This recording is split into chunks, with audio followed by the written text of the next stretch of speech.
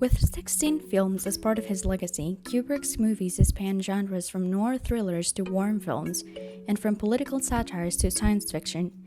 Kubrick's combination of artistry and technological innovation is the blueprint for the modern filmmaker, and its impact can be found everywhere from the work of Spielberg to Cuarón to Scorsese. An avid moviegoer and a skilled photographer, Kubrick went from a self-taught filmmaker to a core influence to contemporary cinema. So, hi everyone, we are here with Laurel MacMillan. She is the director of exhibitions at TIFF, and she's receiving us here to talk to us about the arrangement of the Stanley Kubrick exhibition. How would you describe the experience that the visitor gets when he or she has to go through all these different areas that kind of englobe so many genres?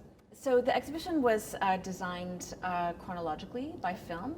So we made that decision quite early on. So in the process of the exhibition development, we work on it for a period of about 2 years. We get a list, a very big list in this case, of artifacts, over 1,000 artifacts in the exhibition.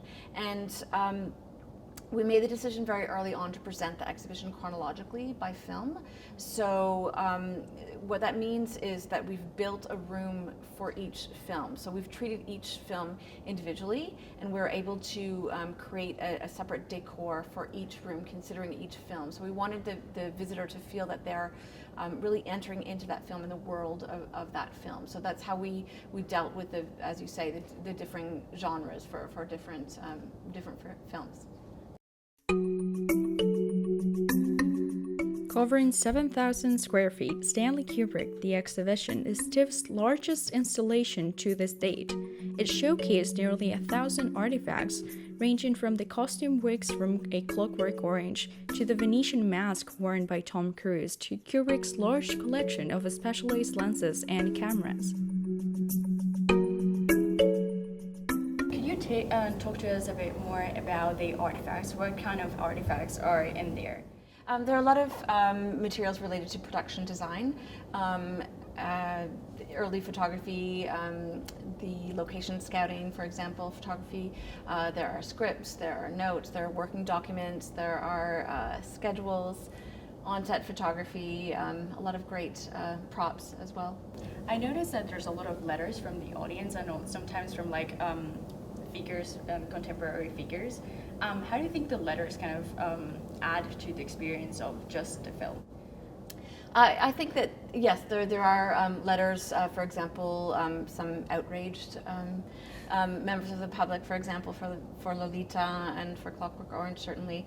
I think that the letters really lend sort of show the public's reaction to the film and sort of make it a little bit more personal. It's, we look at the films now and viewing them as a contemporary audience, it's interesting to see the reaction of the audience at the time of the film.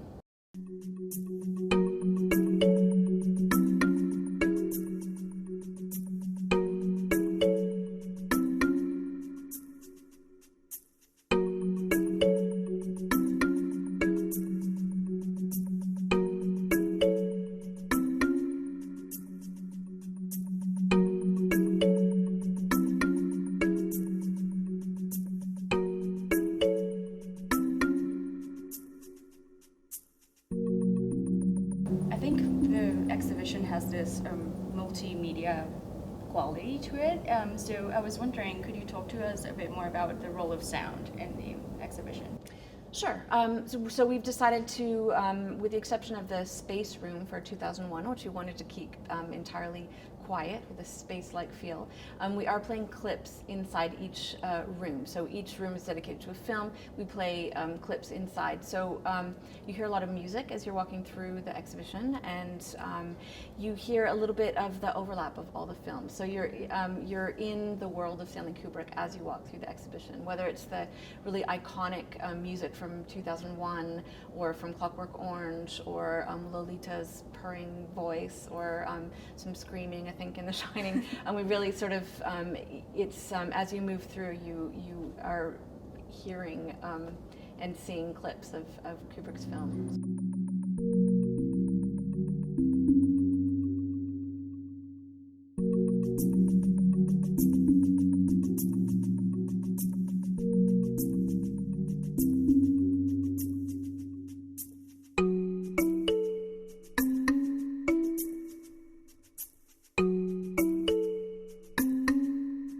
What do you think is your favorite artifact in there, or the one that you find the most revealing or curious?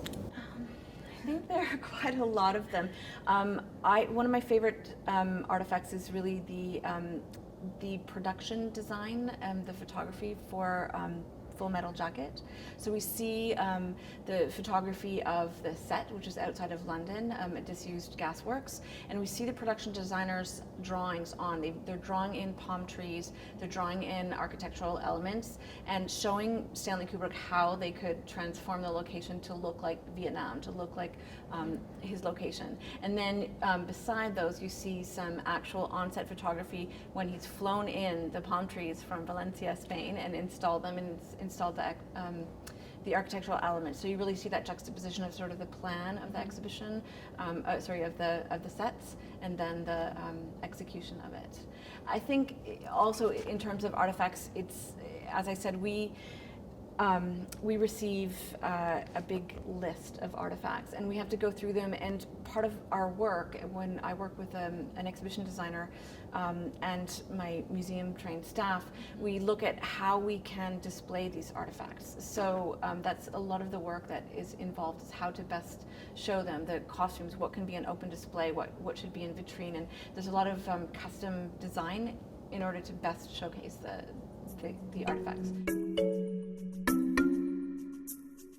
TIFF's exhibition department was remarkably successful in its study and recreation of Stanley Kubrick's work when considering the director's perfectionist tendencies.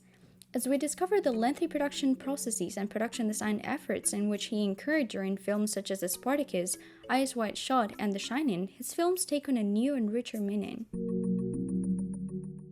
I noticed there's kind of, a juxtaposition of the set itself and a gallery. So I think it's kind of a mixed world. And I just wanted to ask you where the inspiration comes from in, for example, the Shining room.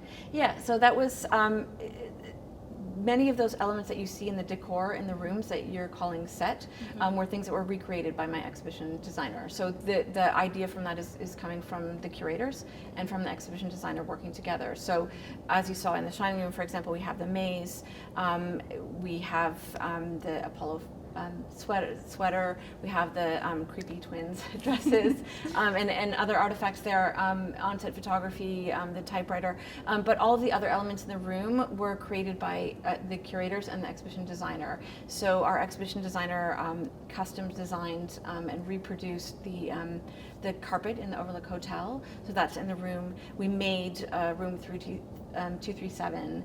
My crew were practicing writing Red Rom, and so we wrote that on the door and put the axes in the wall. And so that was sort of the fun of my role, I guess, in working with the curator and the designer to really create those worlds.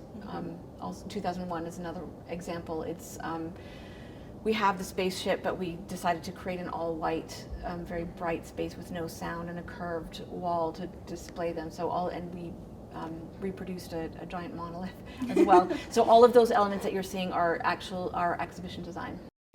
One of the most uncanny and exciting rooms in the installation is the one dedicated to 2001 Space Odyssey. Due to its numerous technological innovations, including the predominance of SFX shots, this Kubrick epic is one of the most influential science fiction films ever made. So could you tell us about the Perpetual Check project that you get to see at the end of the exhibition? Sure. So working with the director of film programs, Jesse Wente, who is a huge Kubrick fan and has encyclopedic knowledge of the films. It was really great to work with him in designing and producing the exhibition.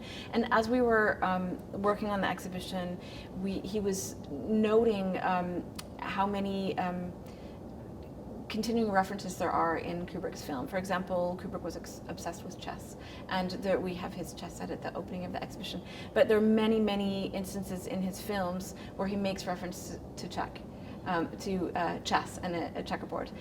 There are many times where he repeats a close-up on a face, a long shot, or tracking shots. So what we've done in Perpetual Check, which is an edited program at the end of the film, is put all of these clips together so that you can see them in a program. So it sort of highlights Kubrick's use of music, his camera movement, his obsession with chess, and all of those things, just so that you've seen the entire exhibition, and then you see this kind of resume of some certain themes that recur in his films. Awesome. So thank you very much for sharing with us your expertise. It's been an amazing opportunity to talk with you, and we want to congratulate you because we find the exhibition just mind-blowing. Oh, great. Thank you. So thank you very much. Thank you. You're welcome.